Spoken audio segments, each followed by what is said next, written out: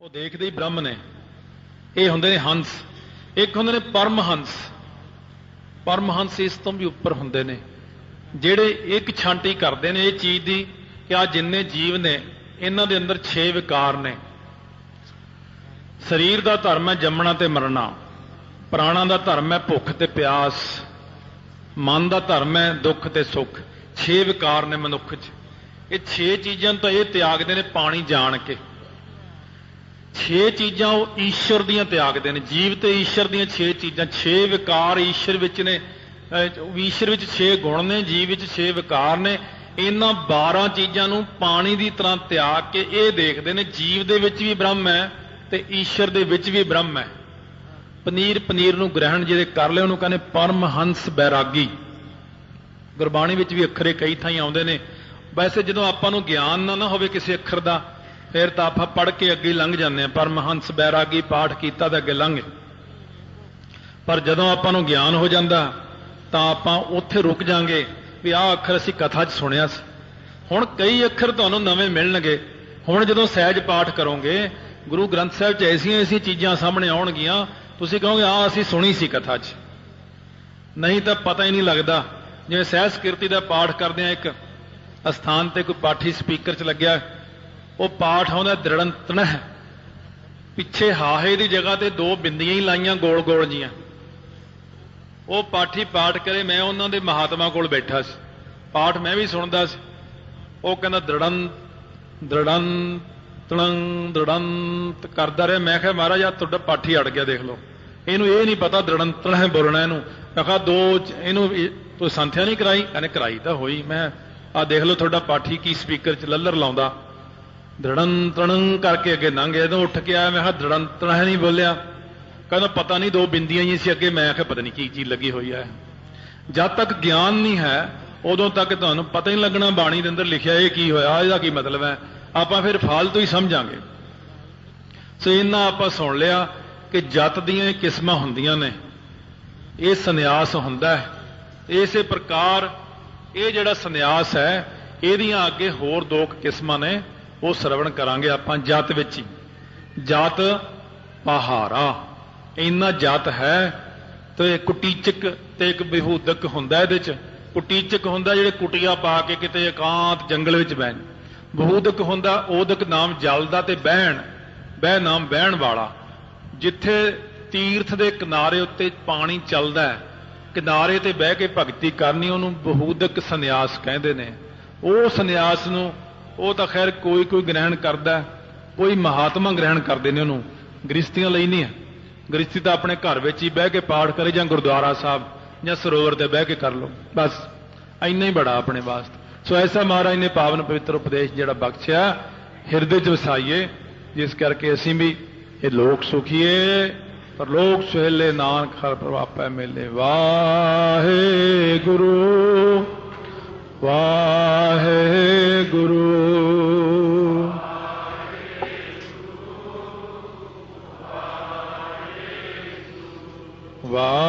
ਵਾਹਿਗੁਰੂ ਵਾਹਿਗੁਰੂ।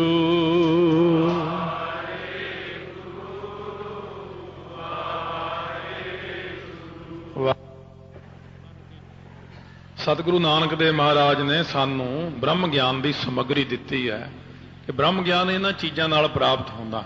ਅੱਖਰ ਇੱਕ ਹੁੰਦਾ, ਉਹਨੂੰ ਖੋਲ੍ਹਣ ਵਿੱਚ ਟਾਈਮ ਬਹੁਤ ਲੱਗ ਜਾਂਦਾ। ਇੱਕ ਅੱਖਰ ਦੀ ਵਿਆਖਿਆ ਹੀ ਬਹੁਤ ਵੱਡੀ ਹੈ, ਜਤ। ਜਤ ਅੱਖਰ ਵਿੱਚ ਹੀ ਸਾਰਾ ਕੁਝ ਆਉਂਦਾ, ਤਿਆਗ, ਬੈਰਾਗ, ਸੰਨਿਆਸ, ਇਹ ਜਤ ਵਿੱਚ ਹੀ ਆ ਜਾਂਦਾ। ਤਕਰੀਬਨ ਆਪਾਂ 9 ਪ੍ਰਕਾਰ ਦਾ ਇੱਕ ਵਿਰਾਗ ਸੁਣਿਆ, 3 ਪ੍ਰਕਾਰ ਦਾ ਹੋਰ ਵਿਰਾਗ ਹੈ, 12 ਪ੍ਰਕਾਰ ਦਾ ਬੈਰਾਗ। ਇਹਦੇ ਵਿੱਚ ਆਪਾਂ ਨੇ ਤਿਆਗ ਵੀ ਸੁਣਿਆ।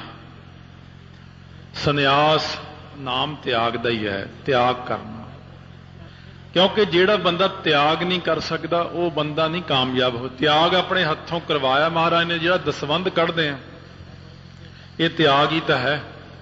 ਇਸ ਕਰਕੇ ਤਿਆਗ ਜਿਹੜਾ ਹੈ ਇਹ ਸਤਿਗੁਰੂ ਮਹਾਰਾਜ ਸਿਖਾਉਂਦੇ ਆ। ਆਪਾਂ ਨੂੰ ਦੱਸਿਆ ਵੀ ਇਹ ਹੰਸ ਤੇ ਪਰਮਹੰਸ ਤੇ ਕਿੰਨੇ ਪ੍ਰਕਾਰ ਦਾ ਸੰਨਿਆਸ ਸਾਰਾ ਦੱਸ ਕੇ ਹੁਣ 1-2 ਪ੍ਰਕਾਰ ਦਾ ਤਿਆਗ ਇਹਦੇ ਵਿੱਚ ਜਿਹੜਾ ਹੈ ਉਹ ਇੱਕ ਹੁੰਦਾ ਬਿਬਦਿਖਾ ਸੰਨਿਆਸ। ਬਿਬਦਿਖਾ ਉਹਦਾ ਨਾਮ ਹੈ। ਉਹ ਇਸ ਪ੍ਰਕਾਰ ਦਾ ਹੈ ਕਿ ਜਿਸ ਬ੍ਰਹਮ ਦੀ ਪ੍ਰਾਪਤੀ ਕਰਨੀ ਹੈ ਉਸ ਬ੍ਰਹਮ ਦੀ ਪ੍ਰਾਪਤੀ ਕਰਨ ਵਾਸਤੇ ਦੁਨੀਆ ਦੇ ਸਾਰੇ ਪਦਾਰਥ ਛੱਡ ਕੇ, ਮੋਹ ਮਾਇਆ ਮਮਤਾ ਛੱਡ ਕੇ, ਇੱਕ ਪਾਸੇ ਇਕਾਂਤ ਹੋ ਕੇ ਬੈਠ ਕੇ ਬ੍ਰਹਮ ਦੀ ਪ੍ਰਾਪਤੀ ਲਈ ਯਤਨਸ਼ੀਲ ਹੋਣਾ, ਇਹਨੂੰ ਵਿਵਦਿਖਾ ਸੰਨਿਆਸ ਕਹਿੰਦੇ ਨੇ। ਇਹ ਤਿਆਗ ਹੈ। ਇਹ ਤਾਂ ਚਲੋ ਮੰਨਿਆ ਹੈ ਹੀ ਹੈ, ਪਰ ਇਸ ਤੋਂ ਉੱਪਰ ਇੱਕ ਹੋਰ ਹੈ, ਉਹਨੂੰ ਵਿਦਿਤ ਸੰਨਿਆਸ ਕਹਿੰਦੇ ਨੇ। ਵਿਦਿਤ ਸੰਨਿਆਸ ਤੋਂ ਭਾਵ ਹੁਣ ਚਲੋ ਜਿਸ ਬ੍ਰਹਮ ਦੀ ਪ੍ਰਾਪਤੀ ਲਈ ਨਿਵੇਕਲੇ ਹੋ ਕੇ ਇਕਾਂਤ ਵਿੱਚ ਬੈਠੇ ਸੀ, ਉਹਦੀ ਪ੍ਰਾਪਤੀ ਵੀ ਹੋ ਗਈ, ਸਭ ਕੁਝ ਹੋ ਗਿਆ, ਬ੍ਰਹਮ ਗਿਆਨ ਤੱਕ ਵੀ ਚਲਿਆ ਗਿਆ, ਪਰ ਫੇਰ ਵੀ ਤਿਆਗ ਹੈ। ਜਿੱਥੇ ਕਿ ਬ੍ਰਹਮ ਗਿਆਨ ਵਿੱਚ ਜਾ ਕੇ ਤਿਆਗ ਦੀ ਲੋੜ ਨਹੀਂ ਪੈਂਦੀ। ਬ੍ਰਹਮ ਗਿਆਨ ਤਾਂ ਹੁਣ ਹੋ ਗਿਆ, ਹੁਣ ਤਿਆਗ ਦੀ ਲੋੜ ਨਹੀਂ, ਪਰ ਫੇਰ ਵੀ ਤਿਆਗ ਹੈ। ਇਹ ਸਾਰਿਆਂ ਨਾਲੋਂ ਵੱਡੀ ਅਵਸਥਾ ਹੈ ਤਿਆਗ ਦੀ। ਵਿਦਿਤ ਸੰਨਿਆਸ ਜੀਵਨ ਮੁਕਤੀ ਦੇ ਮਾਰਗ ਵਾਸਤੇ ਬ੍ਰਹਮ ਗਿਆਨ ਵਿੱਚ ਪਹੁੰਚ ਕੇ ਵੀ ਜਿਹੜੇ ਬੰਦੇ ਤਿਆਗ ਰੱਖਦੇ ਨੇ ਉਹ ਸਾਰਿਆਂ ਨਾਲੋਂ ਵੱਡੇ ਤਿਆਗੀ ਹਨ। ਇਹ ਜਤ ਦੇ ਕਿਸਮਾਂ ਦੱਸੀਆਂ ਨੇ ਆਪਾਂ ਨੂੰ। ਸੰਨਿਆਸ 4 ਪ੍ਰਕਾਰ ਦਾ, 12 ਪ੍ਰਕਾਰ ਦਾ ਬੈਰਾਗ ਆਪਾਂ ਨੇ ਸਰਵਣ ਕੀਤਾ। ਮਹਾਰਾਜ ਕਹਿੰਦੇ ਇਹ ਹੈ ਜਤ ਪਹਾਰਾ, ਇਹ ਹੈ ਸਾਡਾ ਜਤ ਰੂਪੀ ਕਾਰਖਾਨਾ। ਇਹ ਤਾਂ ਖੈਰ ਬਹੁਤ ਵੱਡੀਆਂ ਚੀਜ਼ਾਂ ਨੇ। ਇਹ ਤਾਂ ਬ੍ਰਹਮ ਗਿਆਨੀ ਕਿਸੇ ਨੇ ਬਣਨਾ ਹੋਵੇ ਜਾਂ ਕਿਸੇ ਨੇ ਕੋਈ ਅਵਸਥਾ ਦਾ ਗਿਆਨ ਲੈਣਾ ਉਹਨਾਂ ਵਾਸਤੇ।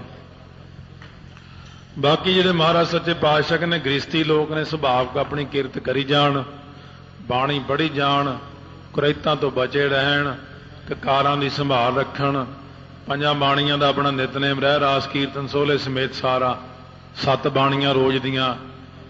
ਇਹ ਕਹਿਣਾ ਵੀ ਗੱਲ ਤਾਂ 5 ਬਾਣੀਆਂ 7 ਬਾਣੀਆਂ ਹੀ ਆਖੋ, ਕਿਉਂਕਿ ਫਿਰ ਕੋਈ ਪ੍ਰਸ਼ਨ ਵੀ ਕਰਦਾ ਵੀ 5 ਬਾਣੀਆਂ, ਤਾਂ ਫਿਰ ਉਹਨਾਂ ਨੇ ਕੀ ਕੀਤਾ, 3 ਬਾਣੀਆਂ ਸਵੇਰੇ ਰੱਖ ਲਈਆਂ, 2 ਸ਼ਾਮ ਨੂੰ ਕਰਕੇ 5 ਬਣਾਤੀਆਂ।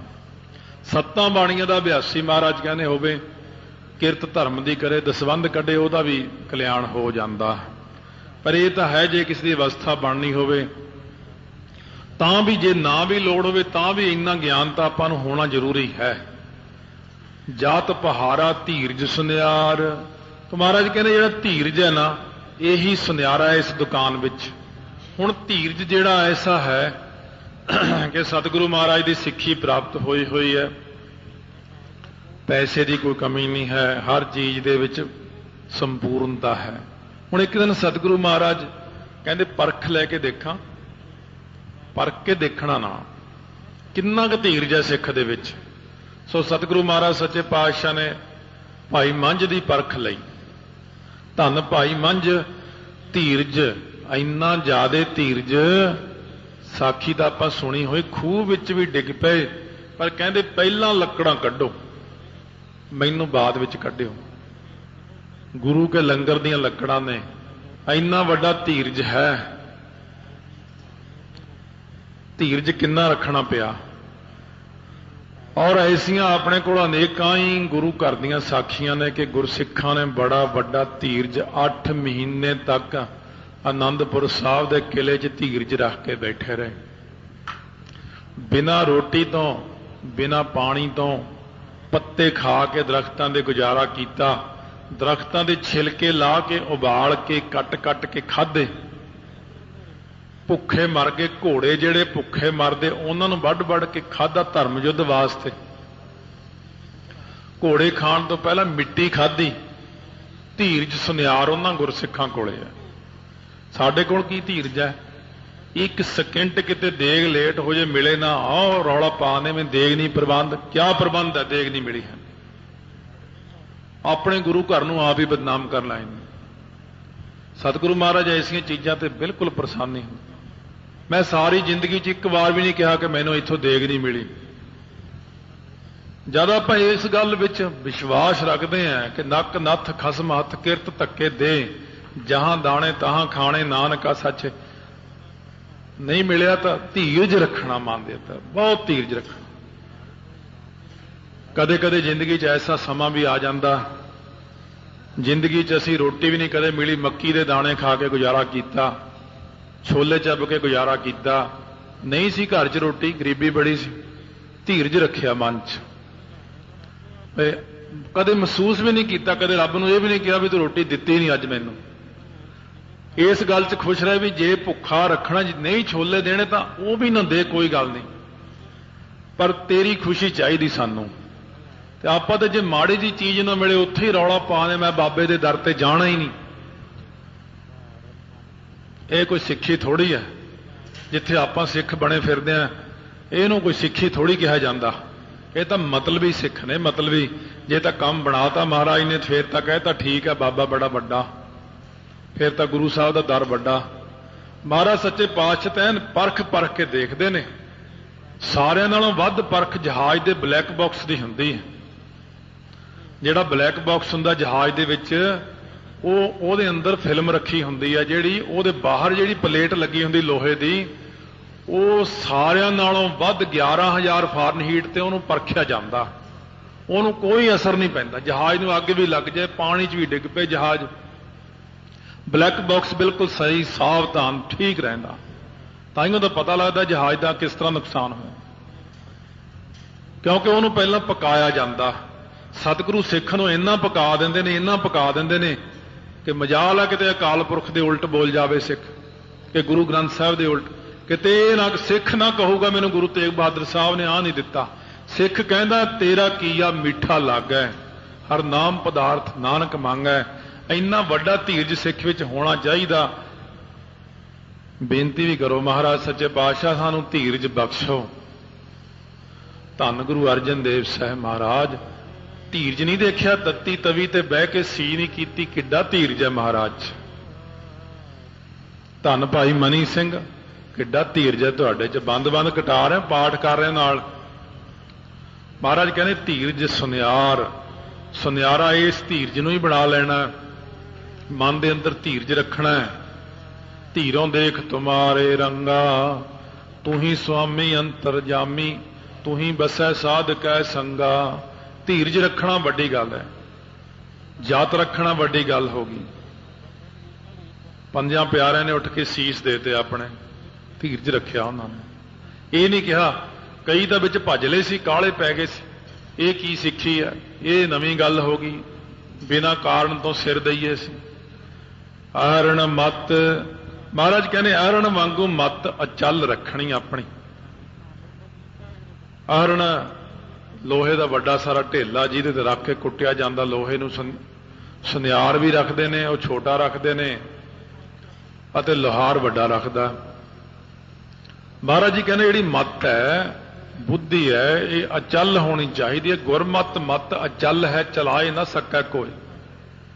किवें अचल होनी चाहिए है? जे सतगुरु कहण गुरसिख बाणी श्रवण करया कर, गुरसिख तू बाणी मन्निया कर, तू कमाया कर, उत्थे डोल जाना। मत महाराज ये तो बड़ा औखा काम दसता तुसीं। महाराज सच्चे पातशाह कहने अचल मत कर अपनी। सतगुरु जी जो हुक्म करदे उहनूं कर, अग्गों जवाब ना दे कि यह काम तो बड़ा औखा, यह काम तो बड़ा औखा। इउं करके तो आपां अपनी जिंदगी खराब कर लवांगे। औखा नहीं कहना। सतगुरु महाराज जो काम कहते ने उहनूं सौखा सौखा करके मरना, ते साडे भले लई कहते ने महाराज। तां सतगुरु महाराज कहने ऐरन वर्गी चल मत होवे। जे कोई बाहरों भी तुहानूं डलाउण दा यतन करे ना डोलो, पर पक्कता ही इन्नी होवे। ते जे सतगुरु महाराज कसवट्टी पा देण तां भी मत अचल ही रहनी चाहिदी है। जिन्ना मर्जी सतगुरु बचन कर देण गुरु की किरपा नाल। इउं तां जे परख लै लैण सच्चे पातशाह फिर तां औखा। भाई गुरदास जी की परख लै लई तो डोल गए। पर महाराज नूं बेनती करो, महाराज साडी मत जिहड़ी है, बुद्धि है, ऐरन वांगू अचल रहे, अडोल रहे। वेद हथियार ज्ञान का थौड़ा पकड़ के रखो हथ विच। सुनियारे कोल हथौड़ी ते लोहार कोल हथौड़ा हुंदा। महाराज जी कहते हैं अपने कोल ज्ञान का हथियार रखो, हमेशा ज्ञान नूं वरतो। बाहरी ज्ञान ते अंदरला ज्ञान दोवें ही होने चाहिए ने सिख दे पास। ज्ञान का हथियार जिहड़ा है ਇਹ ਪਕੜ ਕੇ ਹੱਥ ਦੇ ਵਿੱਚ ਗੁਰੂ ਦੇ ਗਿਆਨ ਨੂੰ ਲੈ ਕੇ, ਸ਼ਬਦ ਦਾ ਗਿਆਨ ਲੈ ਕੇ ਬ੍ਰਹਮ ਦੇ ਗਿਆਨ ਤੱਕ ਜਾਣਾ। ਭਉ ਖੱਲਾ ਅਤੇ ਜਿਹੜਾ ਭਉ ਰੱਖਣਾ, ਡਰ ਰੱਖਣਾ ਮਨ ਦੇ ਅੰਦਰ ਕਿ ਸਤਿਗੁਰੂ ਜੀ ਦੇਖਦੇ ਹੋਣਗੇ, ਸਤਿਗੁਰੂ ਜੀ ਕੀ ਕਹਿਣਗੇ ਮੈਨੂੰ ਕਿ ਗੁਰਸਿੱਖ ਹੋ ਕੇ ਤੂੰ ਆਹ ਮਾੜੇ ਕੰਮ ਕਰਦਾ। ਕਿਉਂ ਸਤਿਗੁਰੂ ਜੀ ਨੂੰ ਹਾਜ਼ਰ ਨਾਜ਼ਰ ਜਾਣ ਕੇ ਅਕਾਲ ਪੁਰਖ ਵਾਹਿਗੁਰੂ ਜਿਹੜਾ ਮਨ ਦੇ ਅੰਦਰ ਡਰ ਰੱਖਣਾ ਹੈ, ਇਹੀ ਖੱਲਾ ਹੈ। ਇਹਦੇ ਵਿੱਚ ਇਹੀ ਵੱਡੀ ਚੀਜ਼ ਹੈ ਕਿ ਜਿਹੜਾ ਹਮੇਸ਼ਾ ਮਨ ਦੇ ਅੰਦਰ ਕਲਗੀਧਰ ਪਿਤਾ ਜੀ ਦਾ ਡਰ ਰੱਖਣਾ। ਮਹਾਰਾਜ ਕੋਲ ਪ੍ਰਚੰਡ ਗਿਆਨ ਹੈ, ਇੱਕ ਤਾਂ ਗਿਆਨ ਹੀ ਹੈ, ਇੱਕ ਪ੍ਰਚੰਡ ਗਿਆਨ ਹੈ। ਸਤਿਗੁਰੂ ਪ੍ਰਚੰਡ ਗਿਆਨ ਨੂੰ ਦੇਣ ਵਾਲੇ ਨੇ। ਜੇ ਆਪਾਂ ਇਹ ਕਹਿ ਦਈਏ ਕਿ ਮਹਾਰਾਜ ਨੂੰ ਤਾਂ ਗੱਲ ਪਤਾ ਹੀ ਨਹੀਂ, ਸਤਿਗੁਰੂ ਨੂੰ ਤਾਂ ਤੇਰੇ ਕਰਨ ਤੋਂ ਵੀ ਪਹਿਲਾਂ ਪਤਾ। ਮਹਾਰਾਜ ਤਾਂ ਪਹਿਲਾਂ ਹੀ ਜਾਣਦੇ ਨੇ, ਕਿਉਂਕਿ ਇੰਨਾ ਪ੍ਰਚੰਡ ਗਿਆਨ ਹੈ। ਸਤਿਗੁਰੂ ਮਹਾਰਾਜ ਸੱਚੇ ਪਾਤਸ਼ਾਹ ਨੇ ਤਾਂ ਸ੍ਰਿਸ਼ਟੀ ਬਣਾਈ ਹੈ, ਉਹ ਮਾਲਕ ਨੇ, ਉਹ ਆਪਾਂ ਨੂੰ ਜਾਣਦੇ ਨੇ। ਇਸ ਕਰਕੇ ਸਤਿਗੁਰੂ ਮਹਾਰਾਜ ਕਹਿੰਦੇ ਡਰ ਰੱਖ ਮਨ ਦੇ ਅੰਦਰ, ਹਮੇਸ਼ਾ ਡਰ ਰੱਖ। ਗੁਰਮੁਖ ਤਾਂ ਇੰਨੀ ਮਾੜੀ ਮਾੜੀ ਗੱਲ ਤੋਂ ਵੀ ਬਹੁਤ ਡਰਦੇ ਨੇ ਵੀ ਅਸੀਂ ਅੱਜ ਆਹ ਕੰਮ ਨਹੀਂ ਹੋਇਆ, ਅੱਜ ਇਸ ਤਰ੍ਹਾਂ ਨਹੀਂ ਹੋਇਆ। ਸੰਸਾਰੀ ਬੰਦਾ ਜਿਹੜਾ ਉਹ ਕਹਿੰਦਾ ਕੋਈ ਗੱਲ ਨਹੀਂ, ਤਾਂ ਕੀ ਹੋ ਚੱਲਿਆ। ਗੁਰਮੁਖ ਬਹੁਤ ਡਰਦੇ ਨੇ, ਉਹ ਕਹਿੰਦੇ ਨਾ ਵੀ ਮੈਂ ਮਨ ਦੇ ਅੰਦਰ ਡਰ ਰੱਖਣਾ ਹੈ। ਕਿ ਮਹਾਰਾਜ ਸੱਚੇ ਪਾਤਸ਼ਾਹ ਮੈਨੂੰ 2 ਟਾਈਮ ਕੰਘਾ ਕਰਨ ਨੂੰ ਕਿਹਾ। ਸ਼ਾਮ ਨੂੰ ਕੰਘਾ ਕਰੋ 4-5 ਵਜੇ, ਰਹਿ ਰਾਸ ਤੋਂ ਪਹਿਲਾਂ ਕਰ ਲਓ। ਜੇ ਰਹਿ ਰਾਸ ਦਾ ਸਮਾਂ ਵੀ ਲੰਘ ਗਿਆ, ਫਿਰ ਕੀਰਤਨ ਸੋਲੇ ਤੋਂ ਪਹਿਲਾਂ ਪਹਿਲਾਂ ਇੱਕ ਵਾਰੀ ਫਿਰ ਕੰਘਾ ਕਰ ਲੈਣਾ ਸਿਰ ਵਿੱਚ। ਨਹੀਂ ਹੋਇਆ ਤਾਂ ਗੁਰਮੁਖਾਂ ਨੂੰ ਇਉਂ ਲੱਗਦਾ ਵੀ ਅੱਜ ਬੜੀ ਵੱਡੀ ਗਲਤੀ ਹੋ ਗਈ, ਮੈਂ ਅੱਜ ਮੈਂ ਕੰਘਾ ਨਹੀਂ ਕੀਤਾ। ਆਮ ਸੰਸਾਰ ਵਾਸਤੇ ਇਹ ਕੰਘਾ ਕਰਨਾ ਕੁਛ ਵੀ ਨਹੀਂ, ਪਰ ਸਾਡੇ ਲਈ ਇੰਨੀ ਵੱਡੀ ਗੱਲ ਹੈ ਵੀ ਕਲਗੀਧਰ ਮਹਾਰਾਜ ਦਾ ਬਚਨ ਨਹੀਂ ਮੰਨਿਆ ਗਿਆ। ਅੱਜ ਪੱਗ ਅੱਜ ਚੁਣ ਕੇ ਨਹੀਂ ਬੰਨੀ, ਅੱਜ ਝਾੜ ਕੇ ਪੱਗ ਨਹੀਂ ਬੰਨੀ, ਬੜੀ ਵੱਡੀ ਗੱਲ ਹੈ ਸਾਡੇ ਲਈ। ਸਧਾਰਨ ਬੰਦੇ ਲਈ ਤਾਂ ਕੋਈ ਖਾਸ ਗੱਲ ਹੀ ਨਹੀਂ ਹੈ, ਉਹ ਤਾਂ ਟੋਪੀ ਰੱਖਦਾ ਸਿਰ ਤੇ, ਉਹ ਤਾਂ ਪੱਗ ਮਾਵਾ ਜਾਂ ਲਾ ਕੇ ਬੰਨ੍ਹ ਕੇ ਸਿਰ ਤੇ। ਸਾਡੇ ਲਈ ਤਾਂ ਉਹ ਇੰਨੀ ਵੱਡੀ ਗੱਲ ਹੋ ਗਈ ਕਿ ਹੋਏ ਸਿੱਖ ਸਿਰ ਟੋਪੀ ਧਰੈ 7 ਜਨਮ ਕੁਸ਼ਟੀ ਹੋਏ ਮਰਾ। ਅਸੀਂ ਕਿਉਂ ਕੋੜੀ ਹੋ ਕੇ ਮਰੀਏ 7 ਜਨਮ। ਇਉਂ ਮਹਾਰਾਜ ਦੇ ਭਉ ਨੂੰ ਜਿਹੜਾ ਰੱਖਣਾ, ਭਉ ਖੱਲਾ, ਅਗਨ ਤਪ ਤਾਓ, ਜਿਹੜਾ ਇਹਦੇ ਵਿੱਚ ਫਿਰ ਤਪ ਤਾਉਣਾ ਹੈ। ਸਤਿਗੁਰੂ ਮਹਾਰਾਜ ਦੇ ਭੈ ਵਿੱਚ ਰਹਿ ਕੇ ਜਿਹੜਾ ਸਿਮਰਨ ਕਰਨਾ ਨਾ, ਇਹੀ ਤਪ ਦਾ ਤਾਉਣਾ ਹੈ, ਇਹੀ ਅਗਨੀ ਹੈ। ਬ੍ਰਹਮ ਅਗਨੀ ਦਾ ਪ੍ਰਗਟ ਇਹੀ ਕਰਨਾ ਹੈ। ਭਉ ਵਿੱਚ ਰਹਿ ਕੇ ਸਿਮਰਨ ਕਰਨਾ ਅਤੇ ਤਪ ਜਿਹੜਾ ਕਰਨਾ, ਗੁਰ ਸੇਵਾ ਤਪਾਂ ਸਿਰ ਤਪ ਸਾਰ। ਗੁਰ ਕੈ ਗ੍ਰਹਿ ਸੇਵਕ ਜੋ ਰਹਿ, ਗੁਰ ਕੀ ਆਗਿਆ ਮਨ ਮਹਿ ਸਹੈ। ਆਪਸ ਕੋ ਕਰ ਕਛ ਨਾ ਜਨਾਵੈ, ਹਰ ਹਰ ਨਾਮ ਹਿਰਦੈ ਸਤਿ ਆਵੈ। ਮਨ ਵੇਚੈ ਸਤਿਗੁਰ ਕੇ ਪਾਸ, ਤਿਸ ਸੇਵਕ ਕੇ ਕਾਰਜ ਰਾਸ। ਸੇਵਾ ਕਰਤ ਹੋਏ ਨੇ ਕਾਮੀ, ਤਿਸ ਕੋ ਹੋਤ ਪ੍ਰਾਪਤ ਸੁਆਮੀ। ਇਹ ਹੈ ਅਗਨ ਤਪ ਤਾਓ। ਜਿਹੜਾ ਤਪ ਕਰਨਾ ਹੈ, ਜਿਹੜੀ ਆਗਿਆ ਸਮ ਨਹੀਂ ਸਾਹਿਬ ਸੇਵਾ। ਉਂਝ ਜਿੰਨੀ ਮਰਜ਼ੀ ਤੁਸੀਂ ਸੇਵਾ ਕਰੀ ਜਾਓ, ਪਰ ਸਾਹਿਬ ਜਦੋਂ ਕੋਈ ਆਗਿਆ ਕਰ ਦਿੰਦੇ ਨੇ, ਉਸ ਆਗਿਆ ਦੇ ਵਿੱਚ ਰਹਿਣਾ, ਇਹੀ ਵੱਡੀ ਚੀਜ਼। ਗੁਰੂ ਅੰਗਦ ਦੇਵ ਮਹਾਰਾਜ ਨੇ ਕੀ ਸੇਵਾ ਕੀਤੀ? ਇਹੀ ਵੱਡੀ ਸੇਵਾ ਕੀਤੀ, ਜਿਹੜੀ ਆਗਿਆ ਮੰਨੀ। ਬਸ ਸਤਿਗੁਰੂ ਜਦੋਂ ਦੇਖ ਲੈਣ ਇਹ ਸਿੱਖ ਆਗਿਆ ਵਿੱਚ ਚੱਲਦਾ, ਬਸ ਇਹ ਵੱਡੀ ਗੱਲ। ਮਹਾਰਾਜ ਨੇ ਕਿਹਾ ਵੀ ਆਹ ਸਾਹਮਣੇ ਬਿੱਲੀ ਆਈ ਭਰੀ ਸੰਗਤ ਵਿੱਚ, ਬਿੱਲੀ ਇੱਕਦਮ ਦੌੜ ਕੇ ਲੰਘੀ, ਮਰੀ ਹੋਈ ਚੂਹੀ ਸਿੱਟ ਗਈ ਸਾਹਮਣੇ। ਮਹਾਰਾਜ ਗੁਰੂ ਨਾਨਕ ਦੇਵ ਜੀ ਨੇ ਕਿਹਾ, ਸ਼੍ਰੀ ਚੰਦ ਜੀ ਆ ਚੂਹੀ ਬਾਹਰ ਸਿੱਟ ਕੇ ਆਓ। ਮਹਾਰਾਜ ਆਪ ਹੀ ਕੌਤਕ ਵਰਤਾਉਣ ਵਾਲੇ ਆ। ਮਹਾਰਾਜ ਨਾ, ਮੈਨੂੰ ਔਖਾ ਲੱਗਦਾ, ਇਹ ਕੀ ਕਹੇਗੀ ਸਾਰੀ ਸੰਗਤ। ਸ਼੍ਰੀ ਚੰਦ ਲక్ష్ਮੀ ਦਾਸ ਤੁਸੀਂ ਉੱਠੋ, ਨਹੀਂ ਉੱਠ ਸਕੇ।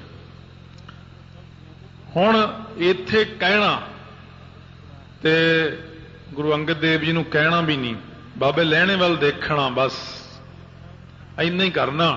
ਅੱਛਾ, ਸਤਵਚਨ ਮਹਾਰਾਜ ਦੌੜ ਕੇ ਚੂਹੀ ਚੱਕ ਕੇ ਬਾਹਰ ਸੁੱਟ ਆਂਦੀ, ਹੱਥ ਧੋ ਕੇ ਸਾਫ਼ ਕਰਕੇ 5 ਇਸ਼ਨਾਨੇ ਕਰਕੇ ਆਪ ਮਹਾਰਾਜ ਜੀ ਬਾਹਰ ਸੁੱਟ ਆਂਦੀ, 7 ਵਚਨ ਕਰ ਦਿੱਤਾ।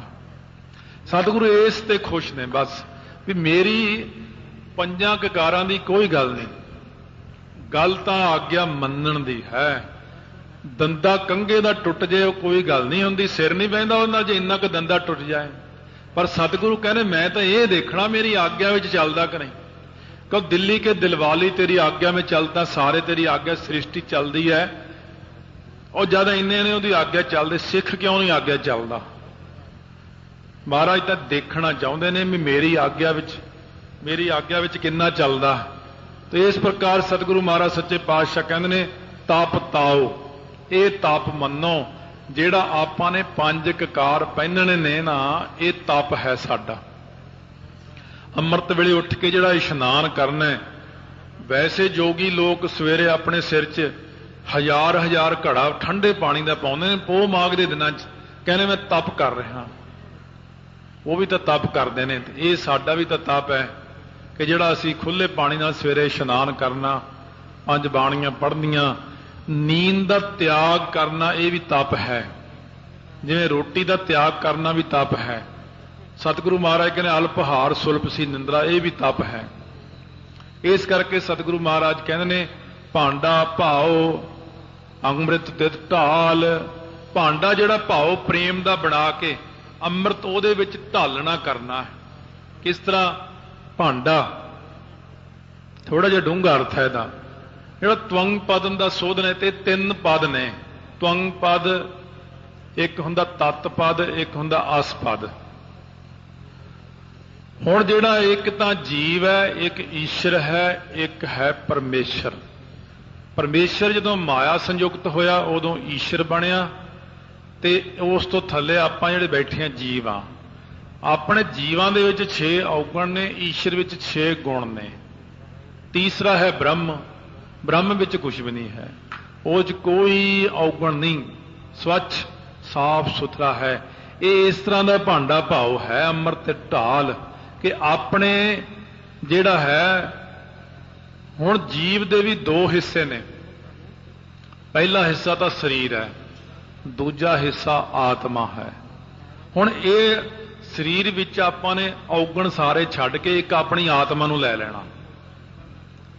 मैं बड़ा ही सौखा कर लिया इहनूं, वैसे जो दूजे अखर वरतीए ना वो फिर औखे लगते हैं। सीधा जिहा मैं पंजाबी जी सुना रहा। ये जीव दे विच अपने सामने अपनी आत्मा, इहनूं लै के ये जिहड़ा ईश्वर है, ईश्वर रूप कुठाली विच इस आत्मा नूं जाके लीन करके तीसरे थां ते इहनूं ब्रह्म विच लीन कर देना। इहनूं कहंदे भांडा भाओ अमृत तित ढाल। ये सिमरन करदियां करदियां अवस्था बनदी है। सिमरन करदियां इस चीज़ का ज्ञान हुंदा है, सीधी समझा के भी दसी नहीं जा सकती है। क्योंकि सिमरन करदियां करदियां जदों जीव दे अंदरों हंगता मर जाती है तो वह ईश्वर रूप हो जाता। पहला ईश्वर तो अगे फिर ईश्वर के खट विकारां का त्याग करके, ईश्वर के जिहड़े 6 गुण ने इन्हां दा त्याग करके, जीव अपने 6 विकारां का त्याग करके ब्रह्म स्वरूप हो जाता। इहनूं कहंदे भांडा भाओ अमृत ते ढाल। भांडा जिहड़ा बनाउणा प्रेम का भांडा बना के ਉਹਦੇ ਵਿੱਚ अमृत नूं पाउणा है, नाम रूपी अमृत नूं पाउणा है, आत्मक अमृत नूं पाउणा, ਉਹਦੇ ਵਿੱਚ प्राप्त करना है। घड़िया शब्द सच्ची टकसाल। सच्ची टकसाल किहड़ी है? साध संगत। ਇਹਦੇ ਵਿੱਚ शब्द ਦੇ ਨਾਲ ਆਪਣੇ ਮਨ ਨੂੰ ਘੜਨਾ। शब्द उपदेश नूं कहंदे ने। उपदेश द्वारा, सिमरन द्वारा, कीर्तन द्वारा, कथा द्वारा संगत विच बह के अपने मन नूं, मन की घाड़त करना। ये टेढ़ा विंगा जिहड़ा मन है ना, गुरमुख बाणी अघड़ कढ़ावै। ये सिद्ध गोष्ठ च महाराज ने सिद्धां नूं चर्चा करदे ही सुनाया सी कि जिहड़ा गुरमुख है वह अघड़ मन नूं शब्द दे द्वारा घड़दा। लै करके शब्द घड़िया शब्द सच्ची टकसाल, अपने मन नूं संगत विच बह के घड़ना। जिवें आपां बैराग दे विच एक चीज़ देखी सी, जिहड़ा बैराग आपां श्रवण कीता सी कि संगत विच बह के ये विचार करनी कि मैनूं किन्ने साल हो गए इत्थे आउंदे नूं, ते मेरी किन्नी क अवस्था बनी है, मेरे अंदरों किन्ने क विकार मिटे ने, किन्ने क मेरे औगण दूर होए ने, किन्ना क मैं गुरसिख बन सकिया हाँ, किन्ना क नहीं बन सकिया हाँ। क्यों? बह के शब्द के द्वारा अपनी घाड़त नूं घड़दियां घड़दियां घड़दियां 5 कोशां दे पहाड़ नूं पासे करदियां अविद्या, असमता, अभिनिवेश, राग द्वेष, इन्हां नूं पासे करके सारा कुछ हटाउंदियां हटाउंदियां ਇੱਕ ਬ੍ਰਹਮ ਸਰੂਪ ਅਕਾਲ ਪੁਰਖ ਨੂੰ ਦੇਖਣਾ। ਪਰ ਮਹਾਰਾਜ ਕਹਿੰਦੇ ਇਹ ਕਾਰ ਸਾਰੇ ਜਾਣੇ ਨਹੀਂ ਕਰ ਸਕਦੇ। ਜਿਨ ਕਉ ਨਦਰ, ਇੱਥੇ ਪਹਿਲਾ ਛੋਟਾ ਵਿਸ਼ਰਾਮ ਹੈ। ਇਹਦਾ ਵਿਸ਼ਰਾਮ ਵੈਸੇ ਕਰਮ ਤੇ ਹੀ ਹੈ। ਕਹਿੰਦੇ ਜਿਨ੍ਹਾਂ ਦੇ ਉੱਤੇ ਨਦਰ ਕਰਦੇ ਨੇ ਅਕਾਲ ਪੁਰਖ ਵਾਹਿਗੁਰੂ, ਉਹ ਕਰਦਾ ਐਸਾ ਕਰਮ। ਜਿਨ ਕਉ ਨਦਰ ਕਰਮ ਤਿਨ ਕਾਰ, ਫਿਰ ਉਹਨਾਂ ਨੂੰ ਆਪਣੀ ਬ੍ਰਹਮ ਗਿਆਨ ਦੀ ਕਾਰ ਵਿੱਚ ਲਾਉਂਦੇ। ਜਿਨ੍ਹਾਂ ਦੇ ਉੱਤੇ ਅਕਾਲ ਪੁਰਖ ਵਾਹਿਗੁਰੂ ਨਦਰ ਕਰ ਦਿੰਦੇ ਨੇ, ਉਹਨਾਂ ਨੂੰ ਆਪਣਾ ਕਰਮ ਕਰਨ ਲਾਉਂਦੇ ਨੇ। ਕਿਹੜਾ? ਸੱਚਾ ਭਗਤੀ ਦਾ। ਉਹਨਾਂ ਨੂੰ ਇਸ ਬ੍ਰਹਮ ਗਿਆਨ ਦੀ ਕਾਰ ਵਿੱਚ ਲਾਉਂਦੇ ਨੇ। ਆ ਜਿਹੜੀ ਦੱਸੀ ਪਿੱਛੇ, ਜਤ ਪਹਾਰਾ ਧੀਰਜ ਸੁਨਿਆਰ, ਨਾਨਕ ਨਦਰੇ ਨਦਰ ਨਿਹਾਲ। ਜਦੋਂ ਨਦਰੀ ਪਰਮੇਸ਼ਰ ਕਿਰਪਾ ਕਰਦੇ ਨੇ ਨਾ, ਨਦਰ ਖੁੱਲ ਜਾਂਦੀ ਆ ਉਦੋਂ। ਨਾਨਕ ਨਦਰੀ, ਫਿਰ ਨਦਰ, ਫਿਰ ਨਿਹਾਲ। ਜਦੋਂ ਨਦਰੀ ਪਰਮੇਸ਼ਰ ਜੀਵ ਦੇ ਉੱਤੇ ਕਿਰਪਾ ਦ੍ਰਿਸ਼ਟੀ ਕਰਦੇ ਨੇ ਤਾਂ ਇਹਦੀ ਨਦਰ ਖੁੱਲ ਜਾਂਦੀ ਹੈ। ਨਦਰ ਜਦੋਂ ਖੁੱਲਦੀ ਹੈ, ਦਿਵ ਦ੍ਰਿਸ਼ਟੀ ਖੁੱਲਦੀ ਹੈ ਜਦੋਂ, ਤਾਂ ਜੀਵ ਜਦੋਂ ਸਾਰੇ ਪਾਸੇ ਦੇਖਦਾ ਸਭ ਗੋਬਿੰਦ ਹੈ, ਸਭ ਗੋਬਿੰਦ ਹੈ, ਗੋਬਿੰਦ ਬਿਨ ਨਹੀਂ ਕੋਈ, ਤਾਂ ਹੁੰਦਾ ਨਿਹਾਲ ਨਿਹਾਲ ਨਿਹਾਲ। ਤੱਕ ਕੀ ਨਿਹਾਲ ਹੋ ਜਾਂਦਾ ਹੈ। ਸਭ ਪਾਸੇ ਬ੍ਰਹਮ ਹੈ, ਕੋਈ ਦੂਜਾ ਨਜ਼ਰ ਹੀ ਨਹੀਂ ਆਉਂਦਾ। ਐਵੇਂ ਝਗੜੇ ਕਰਦੇ ਸੀ ਲੋਕਾਂ ਨਾਲ, ਐਵੇਂ ਇੱਧਰ ਉੱਧਰ ਭਟਕੇ ਫਿਰਦੇ ਸੀ। ਆ ਤਾਂ ਗੱਲ ਹੀ ਬਣ ਗਈ। ਕਿਸੇ ਦੂਜਾ ਪਾਸਾ ਮੈਂ ਦੇਖਿਆ ਹੀ ਨਹੀਂ। ਹਰ ਜਗ੍ਹਾ ਦੇ ਉੱਤੇ ਬ੍ਰਹਮ ਹੀ ਬ੍ਰਹਮ ਹੈ। ਨਾਨਕ ਨਦਰੀ ਨਦਰ ਨਿਹਾਲ। ਜਪਜੀ ਸਾਹਿਬ ਦਾ ਪਾਠ ਕਰਦੇ ਆ, ਬਿਨਾਂ ਅਰਥਾਂ ਤੋਂ ਤਾਂ ਲੋਕ ਵੈਸੇ ਕਰੀ ਜਾਂਦੇ ਪਾਠ, ਗਲਤ ਵੀ ਕਰੀ ਜਾਂਦੇ ਆ। ਪਰ ਜੇ ਸੁੱਧ ਸੰਥਿਆ ਸਮੇਤ ਕੱਲੇ ਕੱਲੇ ਲਗਾ ਮਾਤਰਾ ਲਾ ਕੇ ਤੇ ਇੰਨਾ ਅਰਥਾਂ ਦੇ ਸੰਯੁਕਤ ਹੋ ਕੇ ਜਪਜੀ ਸਾਹਿਬ ਦਾ ਪਾਠ ਕਰੀਏ ਤਾਂ ਵਾਹਿਗੁਰੂ ਜ਼ਰੂਰ ਕਿਰਪਾ ਕਰਨਗੇ। ਫਿਰ ਆਪਾਂ ਵੀ ਨਾਨਕ ਨਦਰੀ ਨਦਰ ਨਿਹਾਲ ਹੋ ਸਕਦੇ ਹਾਂ।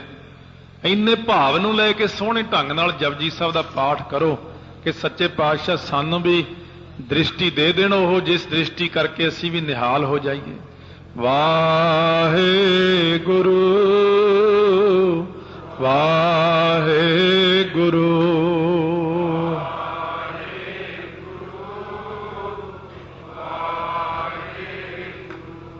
ਵਾਹਿਗੁਰੂ ਵਾਹਿਗੁਰੂ ਵਾਹਿਗੁਰੂ